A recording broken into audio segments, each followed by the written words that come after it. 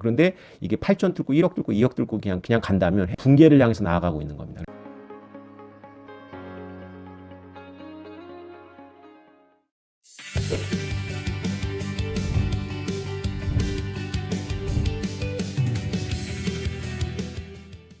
오늘 제가 한 강의를 여러분들이 쭉 이해를 하시면 상승장에서 이 시장을 관조하는 데 굉장한 힘이 됩니다. 설명을 드려볼까요? 일단 채굴자들은 굉장히 원가에 민감합니다. 비용에. 그리고 현재 가격에도 민감해요. 이것을 알 수 있는 건 뭐냐면 채굴자들이 거의 지금 채굴한 코인을 지금 가격에 판다라는 거예요. 여러분 잘 이해가 안 되시죠? 여러분들 같으면 비트코인을 얻으면 뭐 1년 후에 가격이 오르면 팔을게 뭐 이런 생각을 하시는데 채굴자들은 여러분하고 마인드 세트가 달라요. 그들은 월급도 줘야 되고 전기료도 내야 되고 임대료도 내야 되고 뭐 여러 가지 들어갈 비용이 있습니다.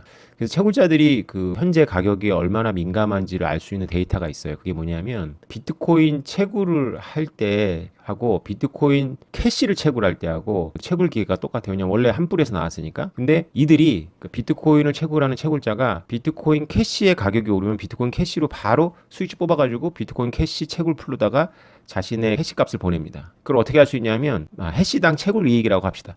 해시당 채굴 이익을 계산하는 그래프가 있는데 해시당 채굴 이익은 그러니까 비트코인에 들어가는 해시 파워하고 비트코인 캐시에 들어가는 해시 파워가 완전히 하늘과 땅 차이거든요. 같은 그래프로 그릴 수가 없어요. 워낙에 차이가 크기 때문에. 그런데도 불구하고 해시당, 해시를 생산하는 능력당 수익을 보여주는 그래프를 보면 두 개가 똑같이 움직여요. 두 개가 이렇게 이격되어 있지 않아요. 수렴해야 하나로. 그게 뭘 의미하냐면 채굴자들이 비트코인 채굴을 하다가 비트코인 캐시가 단위당 수익이 더 높을 것 같은 비트코인 캐시로 옮겼다가 그리고 다시 비트코인 캐시 가격이 떨어지면 비트코인으로 옮기고 이렇게 왔다 갔다 하니까 이 두 개의 이익이 수렴하는 거예요. 채굴자들의 이익이. 워낙에 이제 같은 시스템이기도 하고 이게 의미하는 바는 뭐냐면 그 비트코인 채굴업자들은 철학이나 이런 거를 추종할 여유가 없다는 거예요.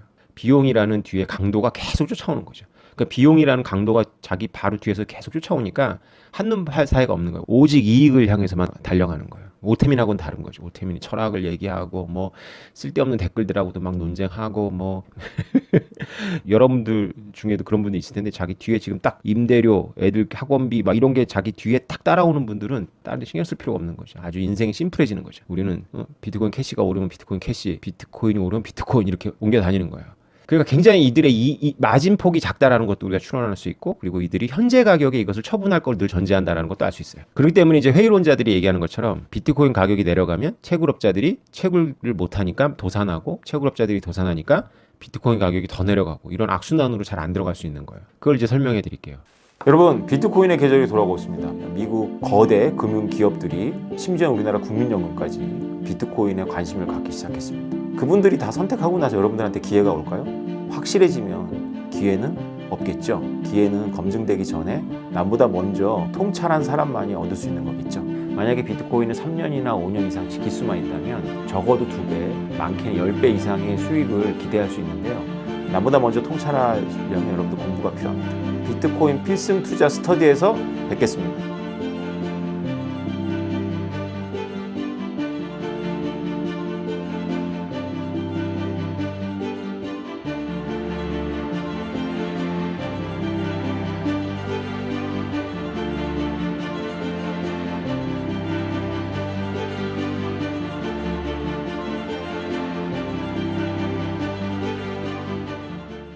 비트코인 가격이 내려갔다고 생각해보죠. 그러면 채굴업자들이 수지가 안 맞으니까 전기료를 아끼기 위해서 채굴기 몇 대를 끄겠죠. 다 끄진 않아요. 왜 다 끄지 않냐면은 이들한테는 그 고정비가 들어가 있어요. 쉽게 말해서 여러분들 식당 같은 걸 운영해 보신 분들은 이 말이 무슨 말인지 금방 아실 텐데 그 손해 보면서 장사를 해야 돼요. 무슨 말이냐면 내가 오늘 번 거로다가 오늘 들어간 재료비하고 오늘 알바 비용을 빼고 남은 건 무조건 장사를 해야 돼요. 왜 그러냐면 비록 손해를 봤어요. 내가 지금 식당에 있지 않고 원래 다니던 회사에서 월급 잘 받고 있었으면 내가 월급이 더 많았을 텐데 지금 알바비하고 재료비 내고 나면 오늘 식당 운영해가지고 남은 돈으로는 내 원래 받던 월급의 10분의 1도 안 돼. 그럼 손해잖아요. 그럼 장사 안 해요? 그럴 수 없죠. 그죠?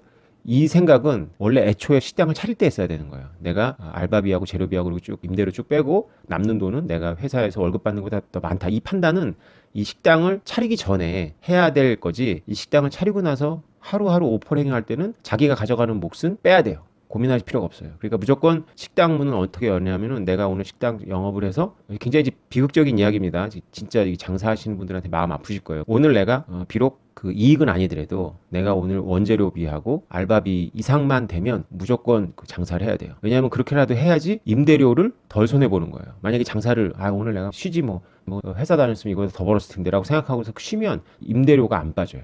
임대료를 내가 내 생돈을 내야 되는 거죠. 채굴업자도 똑같습니다. 채굴업자도 기계값하고 이런 것들은 채굴을 시작하기 전에 다 들어간 거기 때문에 오늘의 비트코인 가격하고는 상관이 없어요. 오늘의 비트코인 가격은 오직 전기료하고만 승부를 내야 돼요. 왜냐하면 오늘 비트코인 채굴을 안 하면 전기료를 아끼는 거잖아요. 그죠? 그러니까 전기료보다 무조건 비트코인 가격이 높으면 채굴을 하는 게 맞는 거예요. 그렇다고 해서 돈을 버는 건 아니에요. 이 차이를 아시겠어요? 이게 이제 한계 개념입니다. 그래서 여러분들이 이제 경제학적으로 사고를 하려면 매몰원가 개념하고 한계 개념 이게 동전의 양면이거든요. 그래서 매몰원가, 기회비용, 한계비용 이게 동전의 양면인데 이걸 합쳐가지고 한계적 사고 방식이라고 합니다. 네. 그 한계적 사고 방식을 배워야 되는데 제 책 그 경제학적 상상력이 한계적 사고방식 가르치기 위해서 쓴 교과서입니다. 그래서 여러분들이 그 책을 좀 참고하시면 될 거고요.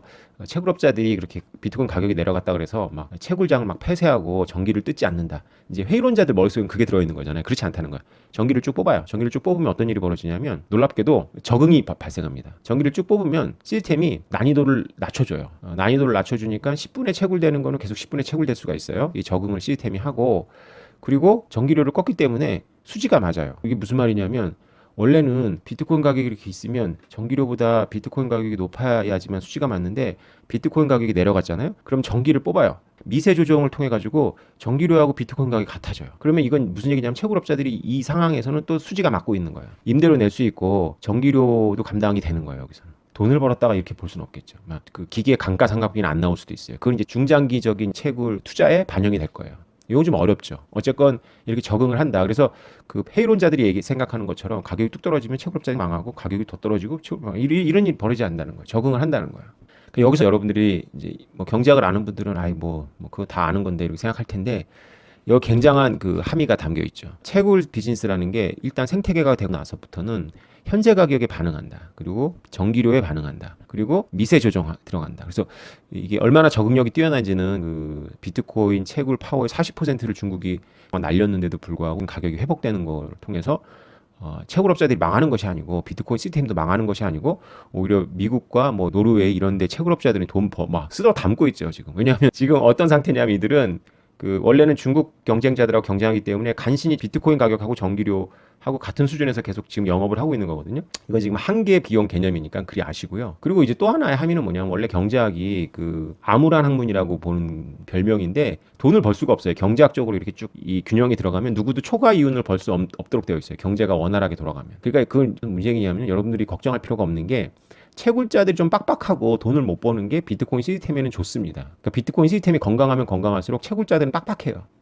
참 이상하죠. 이게 역설 덩어리입니다. 채굴자들이 비트코인 시스템의 핵심인데 채굴자들이 돈을 펑펑펑 버는 거는 비트코인 시스템이 지금 뭔가 이상작용을 하고 있다는 거예요. 이게 이해가 되세요? 그러니까 채굴업자들 뒤에는 계속 그 비용이라는 강도가 바로 5cm 뒤에 쫓아와야 돼요. 이게 멈추기만 하면 그냥 칼이 팍 들어오는 그 강도가 5cm 뒤에 막 쫓아와야지 채굴업자들이 자기 일을 열심히 합니다. 딴짓 안 하고 열심히 하니까 시스템이 건강해진다. 이렇게 보시면 돼요.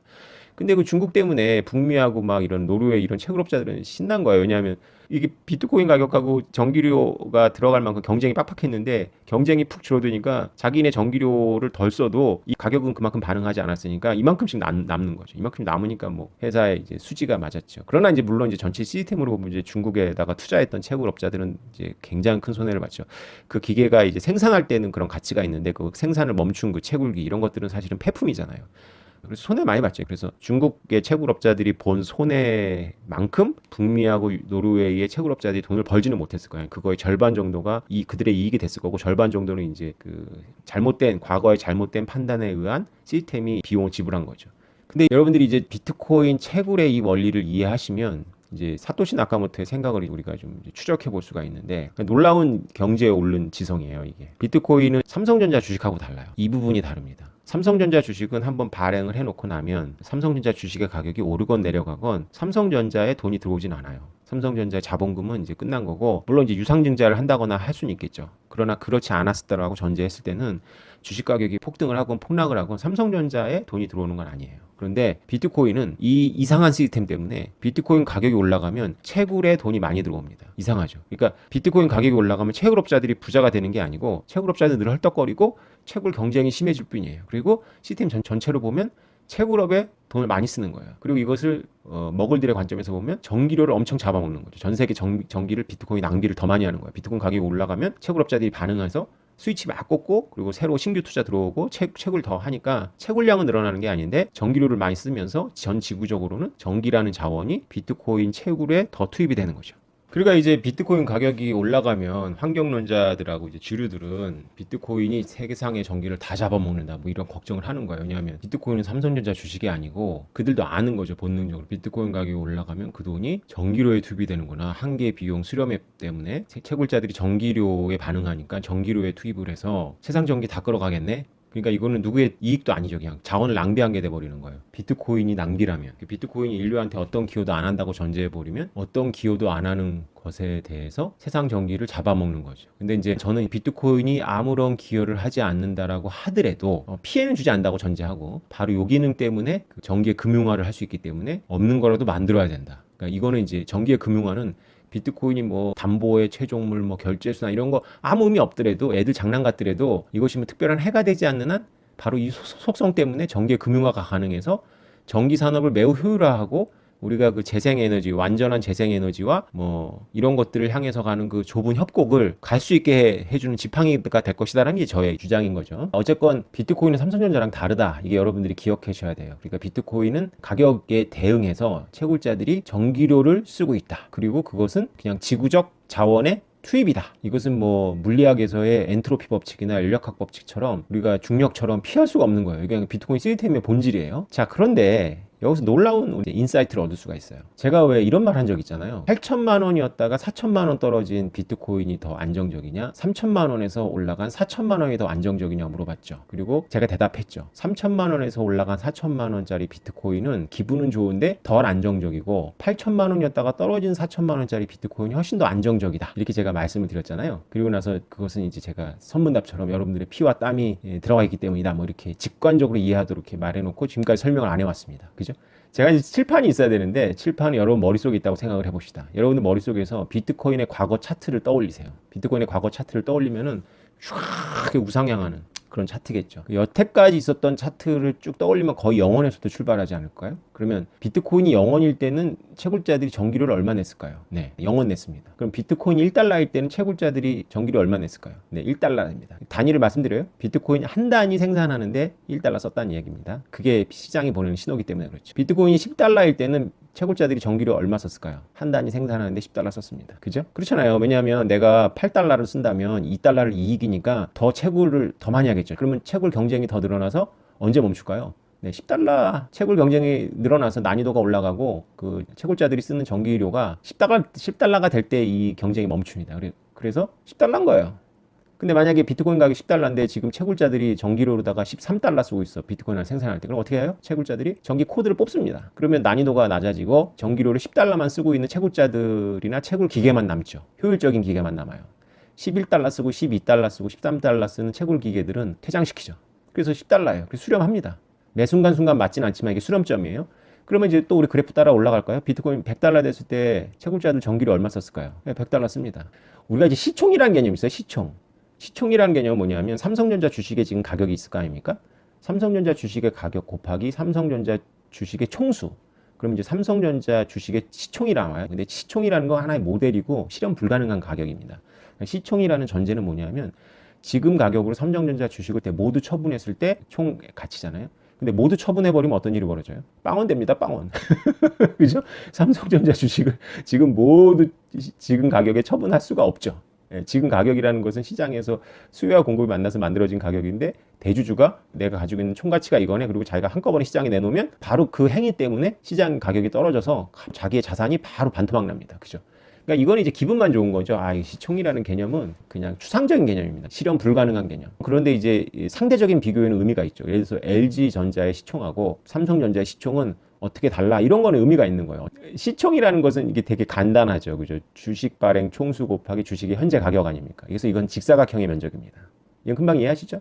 비트코인도 마찬가지입니다. 직사각형 한번 그려볼까요? 여러분 아까 머릿속에 이런 에베레스트 산 같은 그런 면적이 나왔을 거 아니에요. 거기다 이제 똑같이 지금 현재 가격 곱하기 지금까지 비트코인의 발행량을 쭉 해보니 직사각형 면적이 나오죠. 이 직사각형 면적이 비트코인의 시총입니다. 시총. 이렇게 진짜로 계산합니다. 그러면 2015년도 가장 어두웠을 때, 그때 제가 공부 열심히 했다고 그랬잖아요. 가장 어두웠을 때 공부를 하다가 어느 순간 사토시 나카모토는 인간계의 존재가 아니구나라는 생각이 갑자기 드는 거예요. 자, 보시죠. 비트코인 가격이 막 올라가요. 비트코인 가격이 막 올라가면 비트코인 시총이 채굴업자들이 쓴 전기료에 비해서 엄청나게 올라갑니다. 봉우리가 상한가를 치게 되면, 그러니까 여태까지 그 맥스를 치게 되면 시총은 추상적인 개념이지만 채굴자들은 모두 엄청난 돈을 벌었다고 생각을 하는 거예요. 이만큼 여백이잖아요. 그죠? 굉장히 시스템이 불안해집니다. 그래서 낮춰줘야 돼요. 이걸 낮춰주면 시총은 갑자기 팍 내려오고 직사각형은, 그리고 올라갔던 것 때문에 이 여백의 면적이 과거에 채굴자들이 벌었던 부분을 메꿔줘요. 금이라고 생각해보죠. 금.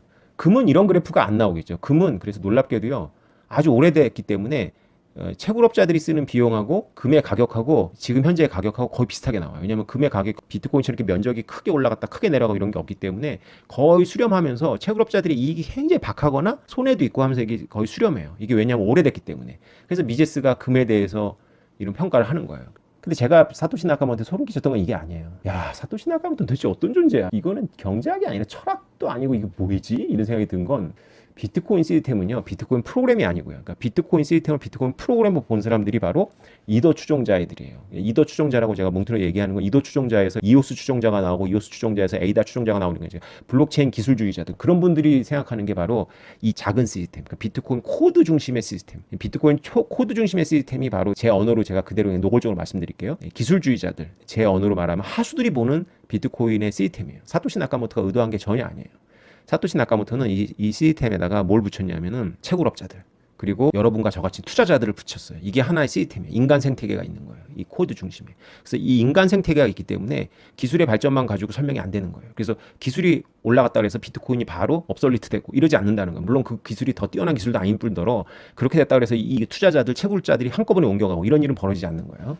여기까지가 이제 이건 알고 있었어요, 처음에. 근데 제가 소름 끼쳤던 부분 뭐냐면 이 그래프를 제가 구상하다가 우와, 우리 계속 공격하는 그 여러분 주변에 먹을 가족들, 그 다음에 이제 비트코인 가격 올라갈 것 같으면 막 없는 기사도 만들어가지고 막 겁주는 기자들, 메인스트림, 주류 경제학자들, 이들은 이제 회의론자들 막 찔러대고 공격하잖아요. 이들이 사토시 나카모토는 이들까지도 고려해서 시스템을 짠 거예요. 이 믿어지지 않으시죠? 저도 잘 믿어지지 않더라고. 과연 이걸 사토시 나카모토가 생각했을까? 의도한 발까라는 생각을 했는데 사토시 나카모토가 의도한 게 맞는 것 같아요. 예. 알고 있었어요, 적어도. 그걸 의도해서 설계에 반영했다는 건 아니지만 자기가 설계해놓고 그걸 내다본 것 같아요. 이 회의론자들이 이 비트코인 시스템을 건강하게 하는 최고의 1등 공신입니다. 생각해보세요. 비트코인 가격이 계속 올라가면 비트코인 시총이라는 가격이 비트코인 채굴업자들인 전기료에 비해서 그 이격이, 그 간극이 점점 커질 거 아니에요, 그죠? 그럼 붕괴됩니다, 이게 잘못하다가는. 그래서 이걸 낮춰줘야 돼요. 그래서 회의론자들이 겁을 주면 이 시총이 팍 낮아지면서 채굴업자들이 쓴 비용의 그 면적이 그 시총을 뚫고 올라오는 부분이 있어서 시스템이 또 안정이 돼요. 개념적으로도 그렇고 실제로 이것이 반영이 됩니다. 다시 말해서 채굴업자들이 람보르기니를 못 뽑는 상태가 좋은 거예요. 실제로 이런 일이 언제 벌어졌냐면 2017년도에 막 시장 좋을 때 뉴욕에서 비트코인 컨퍼런스인가 블록체인 컨퍼런스인가 보여줬는데 걔네들이 막 그 뉴욕 그 거리에다가 람보르기니를 과시한다고 막 수십 대를 일렬로 주차한 거예요. 그런 뉴스가 나온다는 얘기는 뭐냐면은 이 면적의 이격이 커졌다는 거예요. 그러니까 전반적으로 여러분과 저 같은 사람들은 제로섬 게임을 하고 있었지만은 전반적으로 이 시스템의 중추는 돈을 벌고 있었던 거죠. 걔네들이 막 람보르기니 타는 거예요. 이게 안 좋은 일이거든요. 이게 이격이 더 커졌잖아요. 그죠? 그러니까 이제 몰락해버린 거예요. 2018년 1월, 2월에. 그러니까 채굴업자들, 순전히 그 시스템의 자본을 잡아먹고 있는, 그 자원을 잡아먹고 있는 채굴업자들이 조금 덜 해피한 게 시스템 전체적으로는 좋다. 그러니까 결국 이것은 이상적으로는 금처럼 지금 현재 가격이 딱 세팅이 돼가지고 10년 동안 가면 채굴업자들이 쓰는 비용하고 시총하고 똑같아지는데 그러긴 어렵잖아요. 이게 심리적인 효과인데. 그래서 뭐 올라갔다가 어느 정도 내려줘야 돼요. 올라갔다 내려주고 이 면적이 또 까먹고 그리고 과거의 것들은 이 그래프에서 문제는 뭐냐면 영어부터 지금 여러분 설명드렸지만 5년 전 거는 지워버려야 됩니다. 확 지워버려야 돼요. 그냥 이 시총에서도 지워버리고 그리고 이 면적에서 지워버려야 돼요. 계산하지 말아야 돼요. 그래야지 이게 정상화돼요. 이 쓸모가 있어요. 그러니까 이게 단기적인 모형이 잘 안 맞고 부터 너무 시초부터 와도 안 맞고 한 3, 4년, 5, 6년 동안에 우리가 그 정도까지는 우리가 기억을 하고 우리 사업 계획 안에 들어가 있잖아요. 채굴자들이 돈을 벌고 안 벌고의 승부를 6개월마다 내는 게 아니라 그래도 3, 4년은 보고 낼 거 아닙니까? 그리고 기계도 그 정도는 내다보고 설비도 공장도 세울 거 아니에요. 그래서 3, 4년 동안에 그 채굴업자들이 쓴 비용하고 채굴업자들이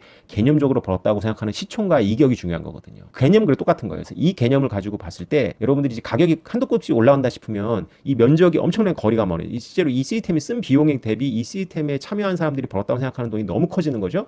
그러면 이제 람보르기니가 등장하고 쫙 다니는 거예요. 그럴 때가 위험한 거예요. 그게 중요한 거예요. 오늘 제가 드리는 말씀의 포인트는 여러분들이 8천 갔다 4천 되고 3천 됐을 때는 여러분들이 기뻐했어야 되는 거고요. 지금 아직은 기뻐해도 되는 단계죠. 그죠? 아직은 그 8천이란 봉우리에서 채굴자들이 지금 물려 있으니까. 그런데 이게 8천 뚫고 1억 뚫고 2억 뚫고 그냥 간다면 해이론자들이 힘이 약해져가지고 그냥 간다면 붕괴를 향해서 나아가고 있는 겁니다. 그래서 적절하게 해이론자들이 지져줘야 돼요.